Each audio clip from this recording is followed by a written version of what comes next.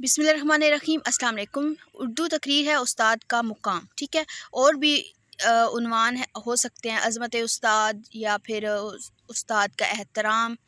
चलते हैं इसकी तरफ। तो फ़िलहाल यहाँ से इसका आगाज़ होगा। मुअज़्ज़िज़ सामीन अस्सलाम वालेकुम। आज जिस मौजू पर इज़हार ख़्याल का मौका मिला उस पर अगर बोलूँ तो शायद वक्त का एहसास न रहे और आनन फ़ानन कई साहतें बीत जाएँ, मगर इस महदूद वक्त में इतना कहूँगी कि उस्ताद की अज़मत किसी कुराबत की मीज़ान में तोली नहीं जा सकती, बल्कि इसे हर नौ के तासुब से पाक सिर्फ़ और सिर्फ इंसानियत की कसौटी पर परखा जा सकता है।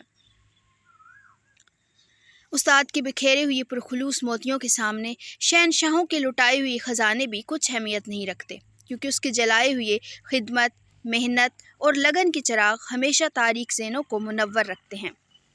मगर दिलों में अज़्म जवां और वलवला ताज़ा पैदा करने वाली ये अज़मत किसी किसी के सर का ताज हुआ करती है। बिलाशुबा उस्ताद ही है जो खाक को अक्सीर, तांबे को कुंदन, ज़र्रे को खुर्शीद और हीवान को आदम बना देता है।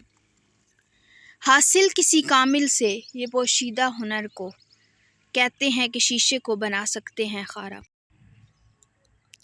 सामीन, ये उस्ताद ही है जो कौमों का हकीकी सालार भी होता है और मुल्कों का माहवार भी, जो फजीलत की दस्तार भी होता है और फरासत की तलवार भी, उम्मीदों का दाता भी होता है और वर्सादार अनबिया भी।